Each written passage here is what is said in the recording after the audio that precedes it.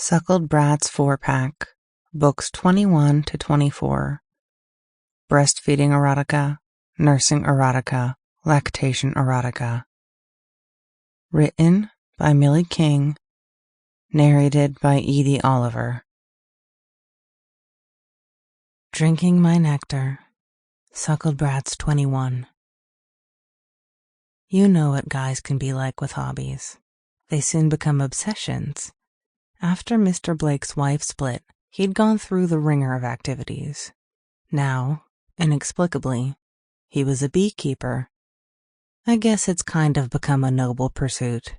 Every time I turn on the news, I'm hearing about how bees are necessary for the future of the human race. If I'm honest, I kind of find them fascinating, and as a hobby, it was one of Mr. Blake's better ones.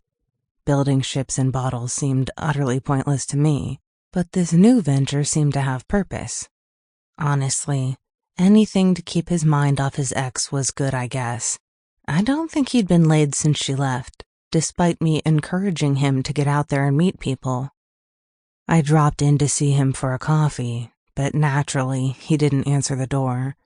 By now, I knew what that meant, so I walked around the outside of his house and peered in over the back gate. I could see him in his full regalia, moving slats of wood out of his hives and harvesting a batch of honey. "Hey, Mr. Blake," I called, waving. He spotted me and waved back. He looked like an astronaut in his getup. "I'll let myself in," I told him, and I hooked my hand over the top of the gate and slid the bolt across. I never wanted to get too close when he was around the hive. I think the smoke he let off relaxed the bees, but Mr. Blake regularly got stung through his protective outfit. I wasn't taking my chances. I hung back. "What brings you to this neck of the woods?" he asked. I took a seat on the bench he kept that overlooked his flower bed. "Can't a girl come visit?" "She can," he said, "but she rarely does." "It's a two-way street, Mr. Blake. Everything works both ways." "Can I get you a drink?" he asked. "I'm good. I'm happy watching." "Watching?" "You and your bees." "Oh, they're restless today." "Anything to do with you having your hands in their honey?"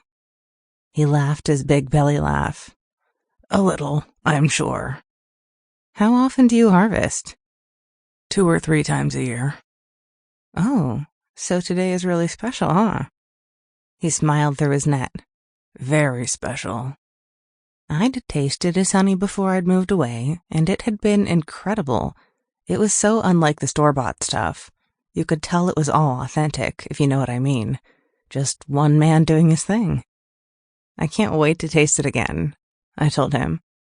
"Won't be the same this year," he said. "Why's that?" He nodded to the patch of flowers in front of me. "Different pollen." I sat forward and looked at the different colored petals. "That matters?" "Oh yeah, can make a world of difference. I got these plants in from New Zealand for this year's batch." "Which plants?" Mr. Blake moved away from the hive and pointed close to the middle of the big patch. "The white ones there with the deep purple center." I leaned over and looked. They were kind of mesmerizing and looked like nothing else in the whole bed. Bees buzzed across the top of the grass, visiting each flower in turn and loading up their butts to return to the hives that Mr. Blake tended to, keen to replace the honey that he was taking. "What do you do with the wax?" I asked, still staring at the flowers. "Candles, maybe," he said. "Been reading some people use it as sex wax." "Sex wax?" "Yeah." "Mr. Blake, there's no such thing." "Sure there is. You pour it on your lover when it's hot." "Pour it on your lover? That's just wax." "Sex wax," Mr. Blake reiterated. I shook my head and started to laugh, but suddenly I caught an image of him playing with his sex wax. "You used it like that yet?" I asked. "Need someone to use it with," he said. "You still haven't been out on a date?" "I've been busy, Elle." "With bees?" "With all kinds of stuff." Sample complete. Ready to continue?